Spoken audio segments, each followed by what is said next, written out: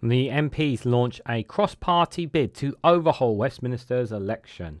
I'm going to read into this exclusive from Byline Times, you guys. Let's go.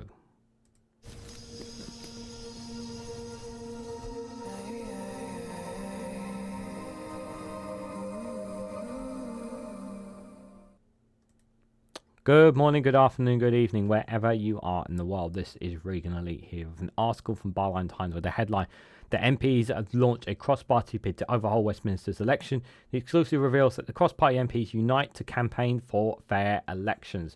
Guys, while you're here, make sure you hit the like button and share across social media so others are notified of this video. So for those who want to know what parties are actually involved in this group, well, there's a group of them all here together. So this consists of Labour, Greens, some Conservatives, and Reform, and even Lib Dem. There are quite a few variants of cross-party political parties involved in this campaign to obviously push for electoral reform, and this is a great thing. Now, obviously, the biggest major question I suppose that people will always have is what kind of electoral system do we want? And there's no doubt that there will be people within this cross-party bid. Within that group, there will obviously be a lots of arguments and debates about the kind of elections, the kind of a system, the overhaul of the system that we want that is fair. And that's the question: is fair. Now, it's easy for me and it's easy for you to simply say in the comments, "Oh, we want proportional representation." Of course we do. But what kind of proportional representation do we want? Do we want a model similar to Scotland? Do we want a model similar to some other European nations? These are some of the questions that will be debated and will be talked about as the days and weeks and months continue to pass in this. Now, obviously, this is obviously quite significant, and I am pleased that to know that there are some MPs from, even if it's only one or two, I am pleased that there are MPs from all different political parties on this. This gives me a huge amount of optimism, given that we have a first past the post system, where the system is systematically rigged against us. Excuse me, I'm still recovering from my sore throat. We still have a system that is not in the interest of us, because at the last general election, for those who don't know, there was a lot of tactical voting involved. That resulted in Labour getting the amount of voters that they did. Also, we have to add in the caveat that lots of people were tired of the Conservatives.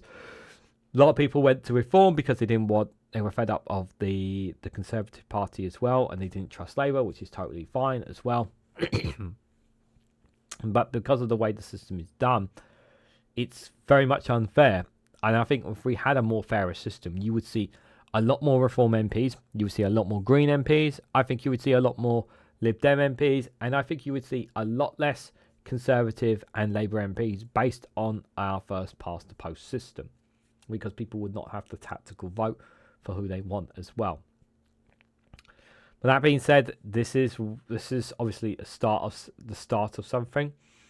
Hopefully this will manifest into a push within Parliament to change our electoral system for the better. So we need to have some optimism, because all we hear all the time is negativity and pessimism. Excuse me. So let's read a bit more into this, you guys. So politicians from across the divide have launched a new group in Parliament to push for electoral reform. So last Tuesday, around 20 MPs and peers joined up to set up an All-Party Parliamentary Group, the APPG, for fair elections. Labour MP and new chair Alex Sobel said the group was on a mission to restore trust in politics.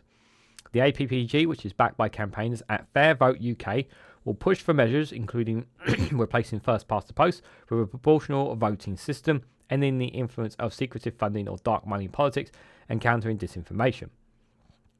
Keir Starmer appeared to rule out moving to a proportional representation for Westminster voting, but after being elected the now Prime Minister, he said the fight for the trust for the battle that defies our age. Campaigners see an opening for political reform, whether through the House of Commons' new Modernisations Committee on updating parliamentary procedures, or the upcoming legislating grappling hierarchy peers in the House of Lords.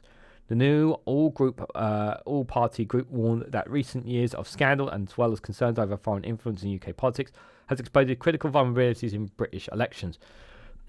Now, one thing and it's not been talked about, is about the amount of influence that Russia have been having in British politics as well. This is something that no MP has yet addressed to the new government since they've come into power, and that I don't know why we haven't had a politician asking the Prime Minister in question. I do stress if any MPs are listening to this, to please ask that question, because release the full Russia report, implement the report on the influence that they have in British politics, because it's a major issue and one that the Conservatives kind of just let go.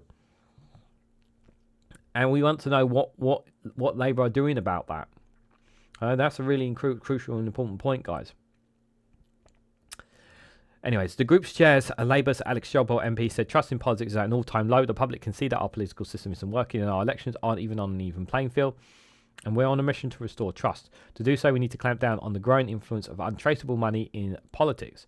We have to counter malicious disinformation that undermines the basis of democratic debate.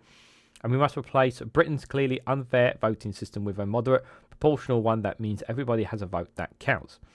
The recent general election has been branded the most distort in British history after Labour won a historic majority of seats, despite receiving only just a third of the votes cast.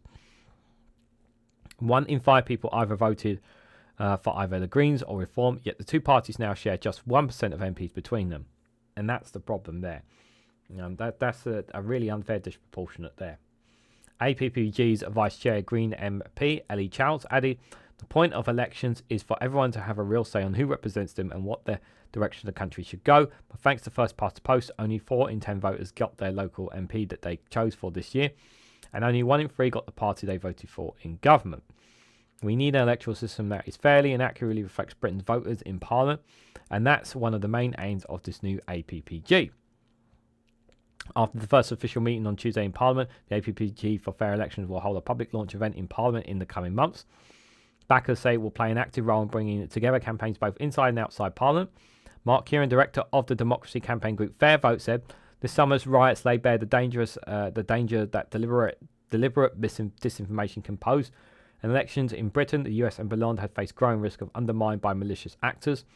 And he warned of dark money continuing to pour into politics, giving the influence to anonymous individuals. The mission of the APPG for Fair Election is to enhance the integrity of UK democracy by replacing first past the post with a proportional system that makes seats match votes, eliminating dark money and undemocratic influences from politics, countering disinformation in political debate, and delivering clean and fair elections where all votes count. The group may also turn their attention to mandatory voter ID after a new electoral commission report revealed that hundreds of thousands of people didn't even vote this July due to the strict new photo identification rules. So these are the new parliamentary offices for the cross-party peers. So you have Alex Sobel, MP for Labour there as the chair. Ellie Charles, MP for Greens, vice chair there. Lord Bailiff, Conservative vice chair. And Lisa Smart, MP for Liberal Democrat vice chair there. So you have 4 different political parties there as 3 of them vice chair and 1 chair of the party. Excuse me.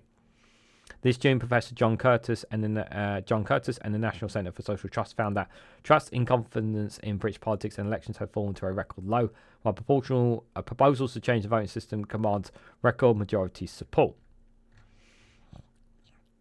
And that's hopefully the step in the right direction there. We're just looking at that group. Obviously, very, very good mixed bag there. And I really do hope these guys really do can push for the change that we need. Now, obviously, I understand. I know people are going to say this in the comments, so I'm just going to come out of it now.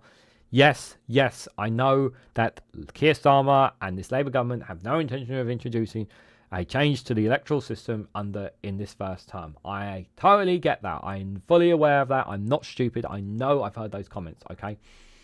Now, it's entirely possible that he may introduce it if they win the next general election. But, of course, we don't know that. But one thing we do know is that the campaign to change our electoral system started the moment the general election was done. We've gotten rid of the Conservatives. They're out of power. We need, obviously, this cross-party bid to obviously change our electoral system is really, really important. And it's about those within Labour that are pressuring this government to push for that change that we need. Now, whether that change will happen in this Parliament or the next Parliament, we don't know. But just like the campaign to rejoin the EU, We must continue to persist with it if we want to make the changes that are necessary for the benefit of the UK as a whole. And this is a major one that definitely needs to be had, because for as long as we have a first past the post system, we will never have the full voices that we want. And yes, trusted politics, as it says there, is at an all-time low. Many people just don't feel the trust that they have in politics. Many people didn't even bother to vote because that's how disdain people have with politics. But let us hope that the long goal of this does come to pass, and that we do have a proportional representation system that works for everyone, regardless of where our political divides are. But what do you guys think? What do you guys make of the MP's cross-party bid to overhaul Westminster's election? What do you make of some of those at the top of it? Let me know your thoughts and more about all this down in the comments section below. If you found this video interesting, please hit the like button. We greatly appreciate it. Share it across social media so others are notified of this video, and subscribe because it really does help support the channel. And if you want to go one step further, financially support me and the work that I do here, you can do so by becoming a YouTube member for as little as 99p. Or join me on Rumble or Patreon for exclusive content on those platforms. So thank you all so much for watching, and I hope to catch you all very, very soon.